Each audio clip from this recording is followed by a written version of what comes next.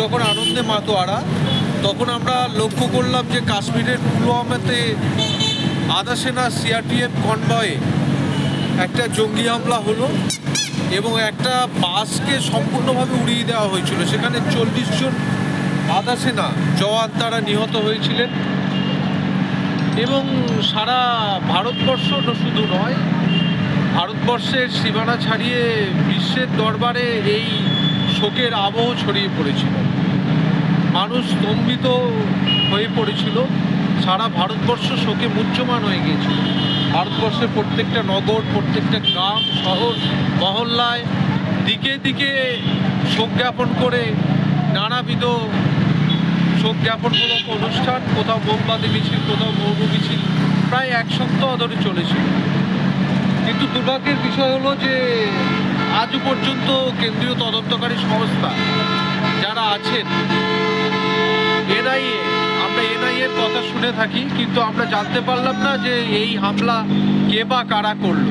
শুধু এইটুকু কিছু সংবাদ মাধ্যম ব্রেক করেছিলেন যে গাড়িটি এসেছিল সেনা কনভয়ের মধ্যে ঢুকে পড়েছিল, কিভাবে ঢুকে পড়লো, এবং সেটা গুজরাট থেকে আসা একটা নাম্বারের গাড়ি, 350 কেজি আরডিএক্স বোঝাই গাড়িটি ছিল, যেটা সংবাদ মাধ্যম ব্রেক করেছিল এবং আমরা সেটা জানতে পেরেছিলাম।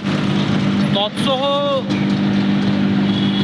একটা সেনা কনভয় যখন যায়, বিশেষজ্ঞরা যা বলেছেন আমরা সেটা জেনেছি যে সেনা কনভয় যাওয়ার সময় রোড স্যানিটাইজ করা থাকে আর্মির পক্ষ থেকে, যে সেখানে কঠিন নজরদারি থাকে, উল্টো দিক থেকে গাড়ি যাতে না চলে আসতে পারে।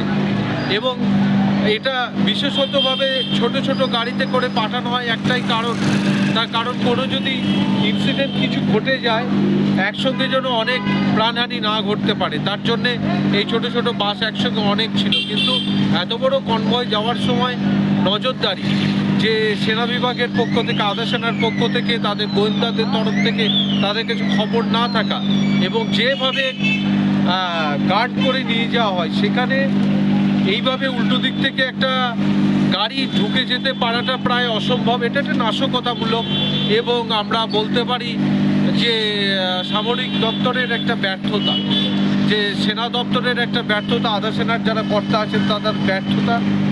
এরকম ঘটনা আমাদেরকে শোকে মুহ্যমান করে দিয়েছিল এবং সেদিন আমরা এই বলগনার মতো প্রত্যন্ত মফস্বল এলাকায় কয়েকশো মানুষের আমরা বেরিয়ে পড়েছিলাম আবেগতাড়িত হয়ে মোমবাতি নিয়ে।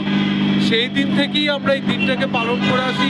গত বছর আপনারা এখানে দেখছেন যে শহীদ বেদি আমরা স্থাপন করেছি সেই সমস্ত সেনা জওয়ানদের উদ্দেশ্যে, যে আপনারা দেখছেন যে 19 সালের 14ই ফেব্রুয়ারি কাশ্মীরের পুলওয়ামায় সিআরপিএফ কনভয় জঙ্গি হামলার শহীদ আধা সেনা জওয়ানদের প্রতি বিনম্র শ্রদ্ধাজ্ঞ, এটা বিধায়ক উদ্বোধন করে গেছেন।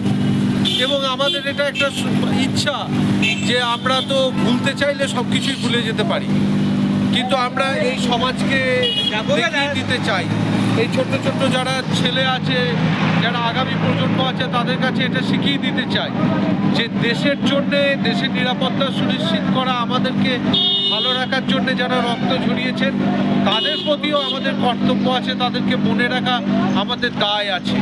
আমরা কিন্তু ধর্মীয় বিভাজন, অস্পৃশ্যতা, ভেদাভেদ কোনো কিছু খুঁজেনি।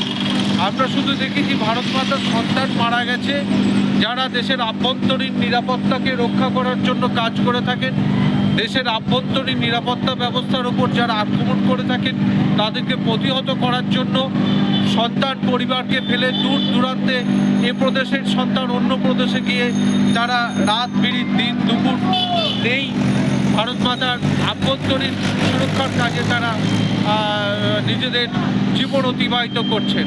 তাই তাদের স্মৃতির উদ্দেশ্যে 40 জন আধা সেনা নিহত হয়েছিলেন বিভিন্ন প্রদেশে।